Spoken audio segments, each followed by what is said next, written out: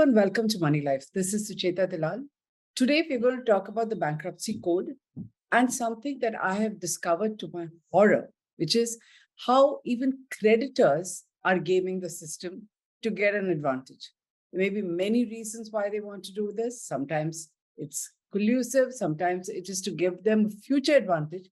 So this time I have the story of Mercator Petroleum Limited.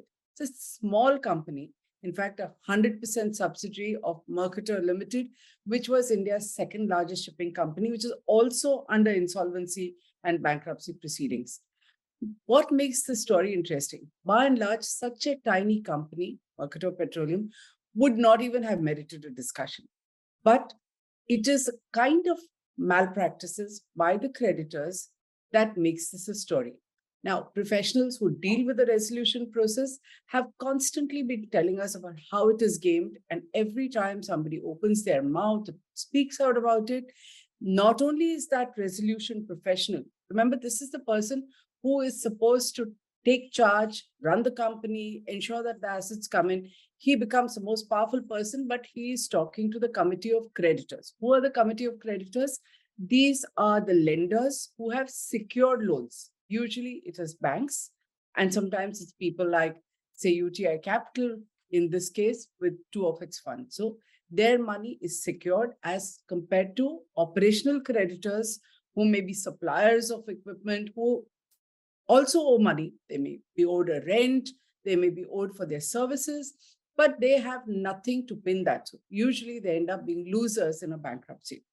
Now, we've been hearing from resolution professionals, I'm going to keep calling them RPs, about a series of practices. A lot of times RPs are also, remember, hand in glove with company promoters as well as creditors. But when they want to do a good job, people don't like it. So they're often removed. They're not removed just from that company, but nobody wants them anymore. Remember, it's the same set of 20 banks. The number of bankrupt companies is in thousands. And it's so easy to ostracize a person. So people talk in whispers, never come out with information. The Supreme Court has made the creditors even more powerful because there's a Supreme Court judgment which gives primacy to what is called a commercial judgment of the COC, which is Committee of Creditors. What is the commercial judgment? The assumption of the Supreme Court was that since these lenders have the most at stake and they have assets or collateral to back their lending, they would be most interested in extracting the maximum from this company and get the best possible returns. In life, it doesn't work that way. Now, what we find is that creditors want to be the most powerful on this committee of creditors because whoever has the maximum lending actually ought to be looked at with suspicion. Why were you lending so foolishly for so long? But in fact, they become the most powerful people on the committee of creditors. So creditors, we are told, do all kinds of things, allow backdated agreements, bring in all kinds of agreements and guarantees, often on a nominal 100 rupee stamp paper, which they claim gives them rights because this is a guarantee. Now, sometimes just a 100 rupee stamp paper, which means it's inadequately stamped. So there is a judgment of 15th November 2019 in the SR Steel case, where the Supreme Court has refused to accept documents which are incorrectly stamped and said no post facto trying to pay the stamp duty and making a wrong thing okay. So it has disallowed. Goes on rampantly. It's never going to be stopped because no one looks at it unless the resolution professional objects and disallows it, right? All this kind of skullduggery has the tacit approval, like I said, of the creditors because they are the ones who ought to be looking at it. A second trick is to claim extortionate interest on unsecured short-term loans. This also is disallowed. There are laws about extortionate interest. In fact, there is a case before the NCLT, this was Shinhan Bank, where the NCLT termed as extortionate a kind of penal interest. So this company had not repaid loans. In time, they rolled it over and extended it at a humongous rate of 3.3 to 5% per month, which works out to a huge double-digit number on an annual basis. The NCLT had termed this illegal and void. Has that stopped this kind of trick? Apparently not. Third trick, inflate claims. Similarly, interest on interest, start compounding it. Even here, the Supreme Court had ruled that from 1st March to 31st December 2020, when there was a nationwide lockdown for COVID, you could not do it. Did it stop? No, continues.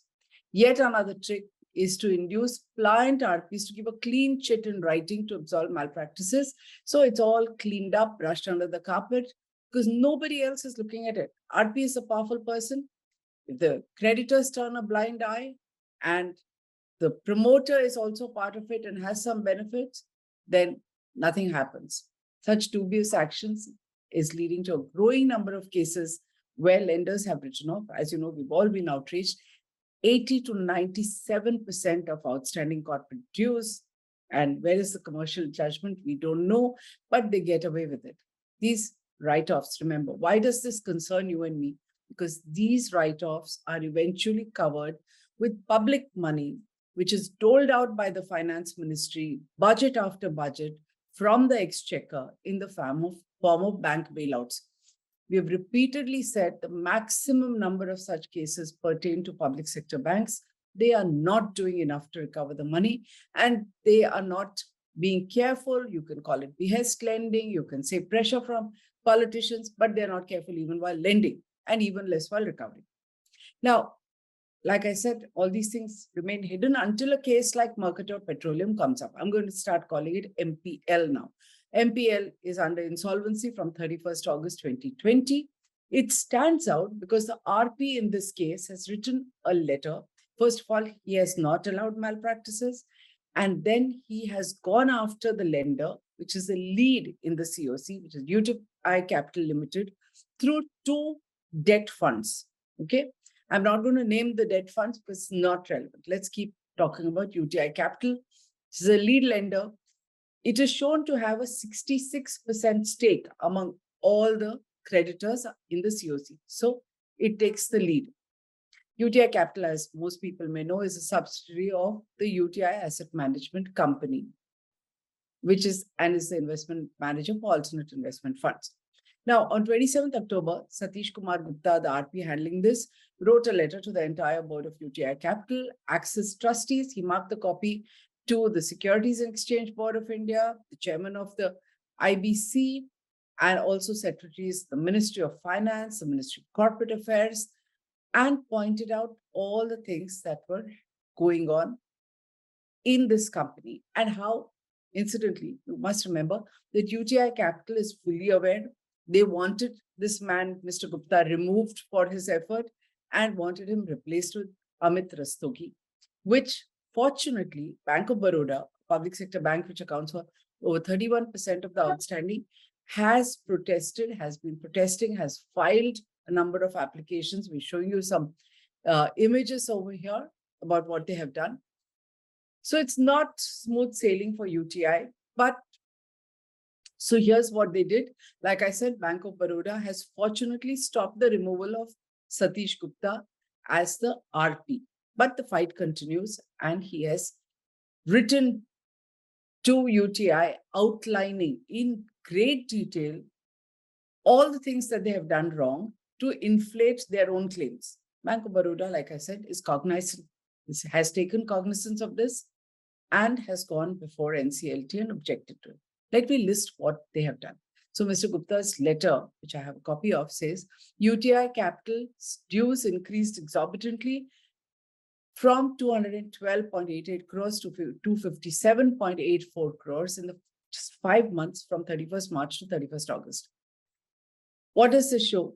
A calculation would show that this is a monthly interest of 4.22% or 50.68% on an annual basis.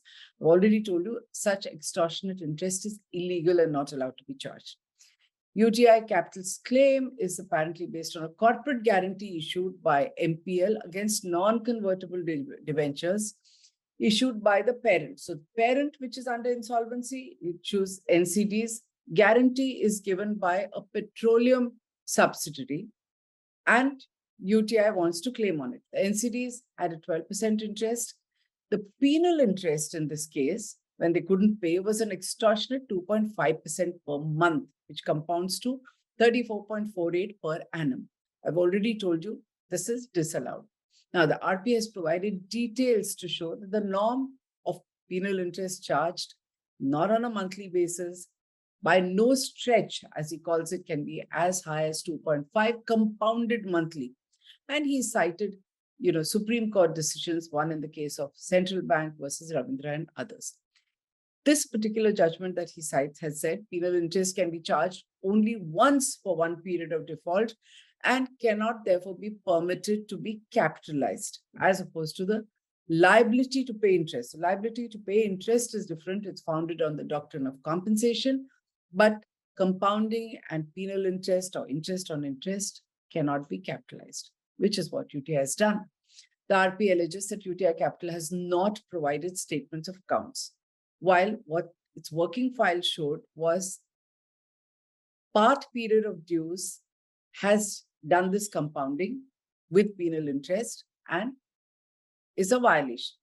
UTI Capital, he says, also charged penal interest in that period where there was a national lockdown and the Supreme Court says you cannot harass companies. If they had to close business for no fault of theirs, you can't charge interest. They've gone ahead and added that. Now, the RP has another Supreme Court order where he says they cannot secure their own dues. Any lenders and the COC cannot secure their own dues at the cost statutory dues owed to any government authority. Not going into detail, but in this case, when the secured creditors walk away with most of the money, the loser is going to be the Directorate of Hydrocarbons, which is a statutory authority under the Ministry of Petroleum. Now, the RP goes on to flag other issues pertaining to MPL's parent, Mercator. This has been used by fudging the dates. Mercator apparently repaid 10.17 crore to UTI Capital on 20th July. This was not revealed to any of the creditors, including secured creditors. Bank of Baroda has objected to it. Next, the RP has gone into statutory disclosures of the parent, which is a listed company, to the Bombay Stock Exchange to dig up all kinds of information. So one of these is that on 13 December 2019, it showed Mercator owed 195.89 crore to UTI Capital, of which 126.45 crore was the principal. Soon after, a second disclosure says it now owed 199.45 crore to UTI Capital, but UTI has claimed a much higher number. I cited this number earlier. UTI says its outstanding is 212.88 crore. What is this based on? On an email by an assistant general manager of Mercator dated 23rd April 2020. Now, the RP says, how can an email have greater sanctity than the disclosures that the board has approved and are made to the stock exchange under SEBI rules? Hence the letter to SEBI. UTI's Capital's inflated claims have not been made long ago. They were made as recently as last month, 14th October 2022. And this is what has given it a 66% on the Committee of Creditors and allowed it to call the shots. Now, why all this effort? Why is it doing this? Amazingly, what the RP tells us is that it also wants to invest in the restructured company. So it's on the side as a creditor. When the company is cleaned up and all this is written off, it also wants to invest in Mercator Petroleum as the restructured entity. In doing all this, don't you think there should be any checks and balances? Well, Axis Trustee Company was supposed to do the checks, but the RPA has written to Axis Trustee Company saying didn't bother to do anything and just sent out a notice to the defaulter. No questions about why penal interest was charged, why things were backdated. In fact, that's another claim, that there has to be a period of 330 days before you start charging penal interest and note the date of default. This also has been backdated so that higher claims, higher interest, higher compounding can be done. So the litany of charges about inflated claims written in that letter, and Naturally, I wrote to UTI Capital and asked them what you have to say. And UTI has flatly denied it. I'm going to read at the end what UTI said. But we asked them for a written explanation. They wanted to discuss it. I said, there is a point-by-point letter. Give me a reply. I have one paragraph, which I'm faithfully going to reproduce. I put it in my article and I'm going to read it out to you a little later. Like I said, lots of proofs have been asked. It's irrelevant to go into detail, but what the RP says is that if you're going to play both sides, you're going to claim as a lender, going to be part of inflated claims, and you're going to buy, I need statutory documents, exact date of default with proof, interest charge, books from the auditors. Nothing is forthcoming is what he says. He's written repeated letters and he says that UTI won't answer, but they didn't answer us also. Bank of Baroda is before the NCLT. Hopefully they will get better answers. Now, what did UTI say in response? UTI's response was this. A letter written by RP Gupta dated 27/10/22 is in fact a reaction by the RP to an interlocutory application dated 25/10/22 filed by us in NCLT Mumbai requesting inter alia an IBBI investigation into the conduct of the RP. The letter dated 27/10/22, which I'm alluding to, along with other similar letters, remember the RPSL I've written repeatedly, have also been brought by us to the attention of the NCLT and IBBI. The fact, of course, is very different from what is portrayed in the letter. Facts. Okay. Now, remember, I'm showing you a bunch of filings by Bank of Baroda. Bank of Baroda is not an RP. It is one of India's leading banks. It has also backed the RP, supported him, saying he's doing the right job. And in fact, they are before the NCLT saying that because the RP is not dancing to the tune of UTI Capital, they want him removed. And they too are asking about the inflated claims. Why is all this relevant and important to us? Remember, this money goes out of the exchequer. If the bankruptcy law doesn't work, it is our money. We repeatedly say it's our taxes. And this is not about taxpayers who pay direct taxes. You buy a packet of glucose biscuits, the lowest person with no money, near starvation, buys that packet, he's paying tax. So what we require is the RP has written to the regulators, the government and the IBBI. UTI says they want an investigation. Let the regulators listen to both sides, investigate it, and don't stop at MPL. This is a tiny company. This multiplies with the larger ones.